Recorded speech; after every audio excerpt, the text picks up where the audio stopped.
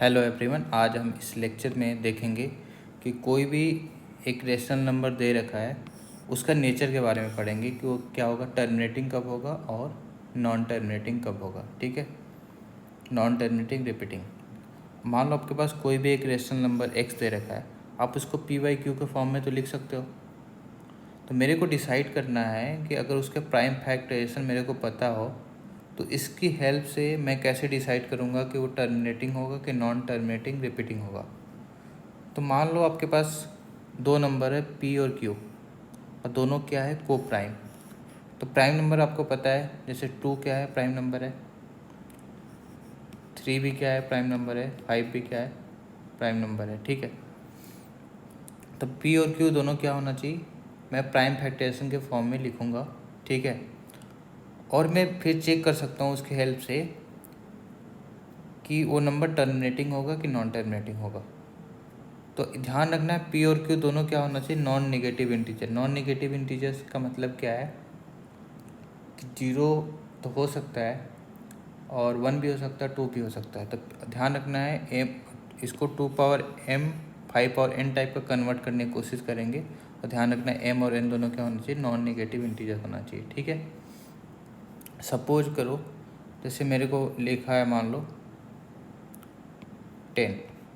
तो 10 को मैं क्या लिख सकता हूँ, 2 × 5 लिख सकता हूँ, और इसको मैं 2 पावर 1 × 5 पावर 1 लिख सकता हूँ। तो यहाँ पे क्या आया, मैं इस टाइप का तो लिख पाया ना।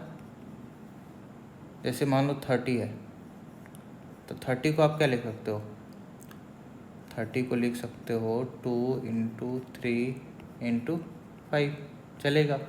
ठीक है, तो अब मेरे को यहाँ पे क्या है कि अगर मान लो कोई भी एक रेशनल नंबर दे रखा है, लेट्स से p/q, तो मेरे को डिसाइड करना है कि अगर ए रेशनल नंबर दे रखा है तो किस टाइप का रेशनल नंबर है, टर्मिनेटिंग है, नॉन टर्मिनेटिंग है। तो अगर q को अगर आप इस टाइप का लिख सकते हो, 2 पावर m और 5 पावर n डिनोमिनेटर को, तो क्या होगा, ये टर्मिनेटिंग डेसिमल होगा। बट ध्यान रखना है आपको कि m और n क्या होना चाहिए, नॉन नेगेटिव इंटीजर होना चाहिए, नॉन नेगेटिव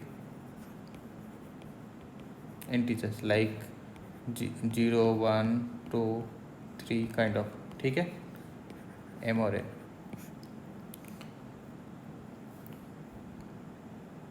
तो अगर मान लो आपके पास एक रेशनल नंबर दे रखा है p/q, ठीक है, तो मेरे को क्या करना है, फिर q को क्या कन्वर्ट करोगे, q को कन्वर्ट करोगे 2 पावर m और 5 पावर n। अगर इस टाइप का नहीं है तो ये क्या होगा, नॉन टर्मिनेटिंग रिपीटिंग होगा। ठीक है, तो ध्यान रखना है आपको, p भी क्या होना चाहिए, इंटीजर होना चाहिए, q भी होना चाहिए, क्या होना चाहिए, इंटीजर होना चाहिए, और दोनों क्या होना चाहिए, को प्राइम होना चाहिए। जैसे को प्राइम, जैसे 3 और 5 क्या है, को प्राइम है। बट 10 क्या है, 10 और 15, ये तो दोनों प्राइम नंबर नहीं है, तो को प्राइम तो हो ही नहीं सकता। ठीक है, तो मैं कुछ क्वेश्चन है उसको सॉल्व करके हम चेक करेंगे कि वो क्या होगा, टर्मिनेटिंग होगा या नॉन टर्मिनेटिंग होगा। हम क्वेश्चन से ही सीखते हैं। तो यहाँ पे देखिए आपके पास क्या दे रखा है, 189 है। तो यहाँ पे 189 को आप क्या कर सकते हो, 189 मेरे को पता है किसी के टेबल में नहीं आता, तो 189 क्या हो गया, प्राइम नंबर हो गया। और यहाँ पे क्या है, 125 को ख्याल देख के मेरे को ख्याल आया, इसको मैं लिख सकता हूँ 5 पावर 3। और यहाँ पे मेरे को पता है कि a पावर 0 क्या होता है, 1 होता है।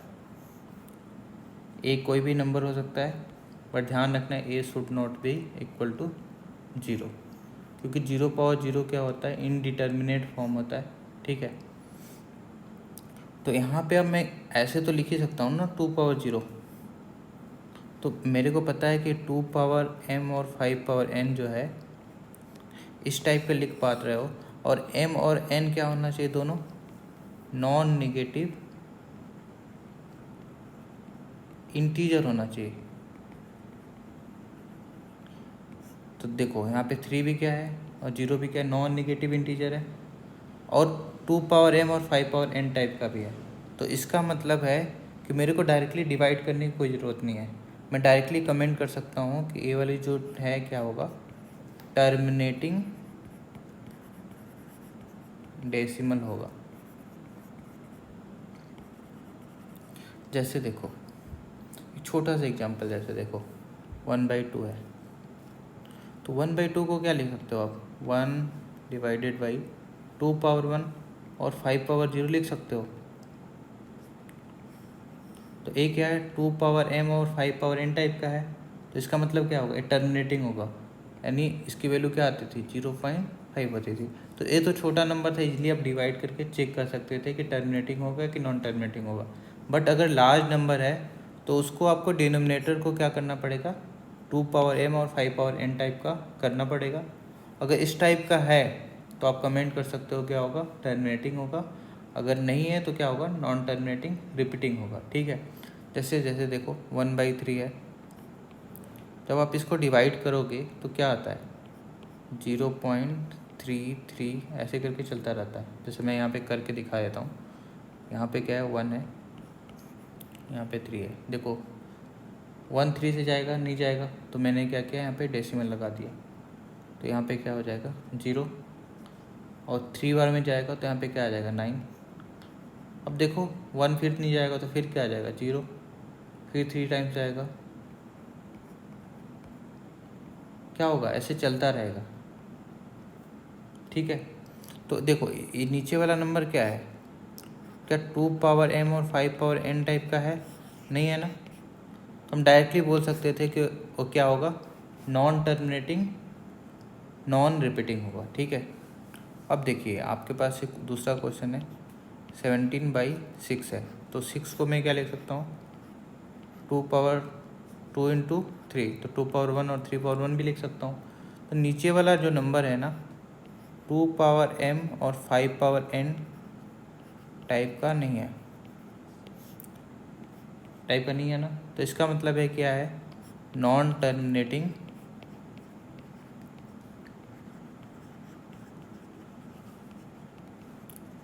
रिपीटिंग होगा। ठीक है, नॉन टर्मिनेटिंग रिपीटिंग,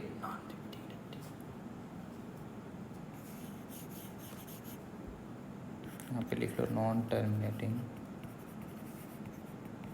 रिपीटिंग। ठीक है, अब देखो यहाँ पे आते हैं क्वेश्चन नंबर 3। तो आपके पास क्या है, 17/8 है, तो 8 को मैं क्या लिख सकता हूँ, 2 × 2 × 2 लिख सकता हूँ, और यहाँ पे क्या आ जाएगा 17/2 और इसको मैं चाहूँ तो 5 भी लिख सकता हूँ। तो ये तो मेरे को मिल गया 2m और 5n टाइप का, तो मैं डायरेक्टली कमेंट कर सकता हूँ कि टर्मिनेटिंग डेसिमल होगा।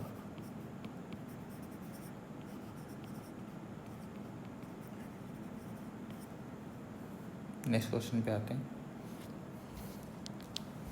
यहाँ पे क्या है 64 है ना, डिवाइडेड बाई क्या है 445 है, तो ऊपर वाले नंबर को तो मैं क्या लिख सकता हूँ, 2 × 6 लिख सकता हूँ। ठीक है, इसको सॉल्व करना पड़ेगा, इसको सॉल्व करने के लिए देखो 445 है,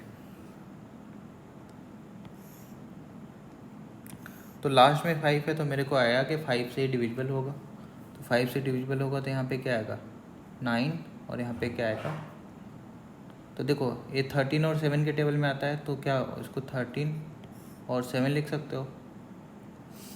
तो यहाँ पे हमारे पास क्या आ गया, 5 × 13 × 7, तो ए वाला नीचे वाला डिनोमिनेटर का जो नंबर है, ठीक है, 2m और 5n टाइप का तो मेरे को नहीं दिख रहा है, इस टाइप का तो नहीं है ना, तो ए क्या आएगा, नॉन टर्मिनेटिंग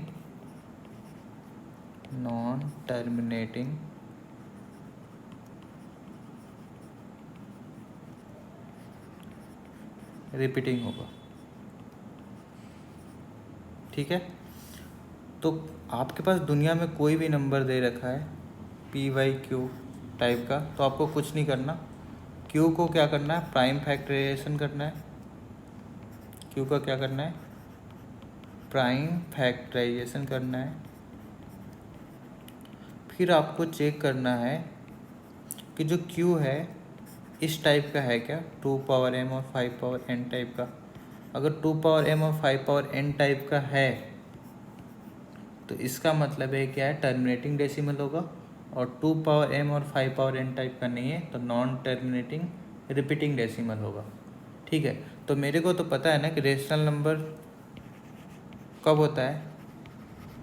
रेशनल नंबर कब होता है, जब दुनिया में कोई भी नंबर जिसको p बाई क्यू के फॉर्म में लिख सको, और q क्या होना चाहिए, 0 के इक्वल नहीं होना चाहिए, p भी क्या होना चाहिए, इंटीजर होना चाहिए, q भी क्या होना चाहिए, इंटीजर होना चाहिए। बट दो ही कंडीशन है, या तो डेसिमल एक्सपेंशन क्या हो, टर्मिनेटिंग हो, या क्या हो, नॉन टर्मिनेटिंग हो।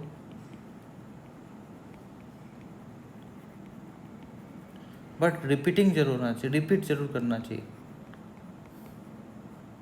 रिपीटिंग क्या है, मस्ट है ना।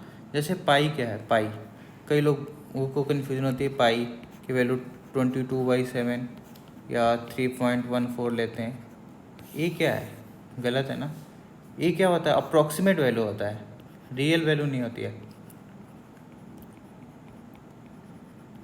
अप्रॉक्सीमेट वैल्यू होती है। और पाई क्या होता है, एक्चुअली में इरेशनल नंबर होता है।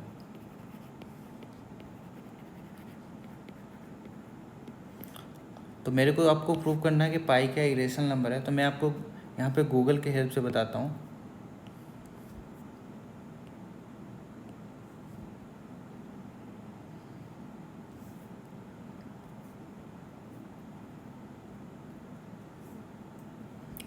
यहाँ पे देखो, ये जो नंबर दिख रहा है ना आपको,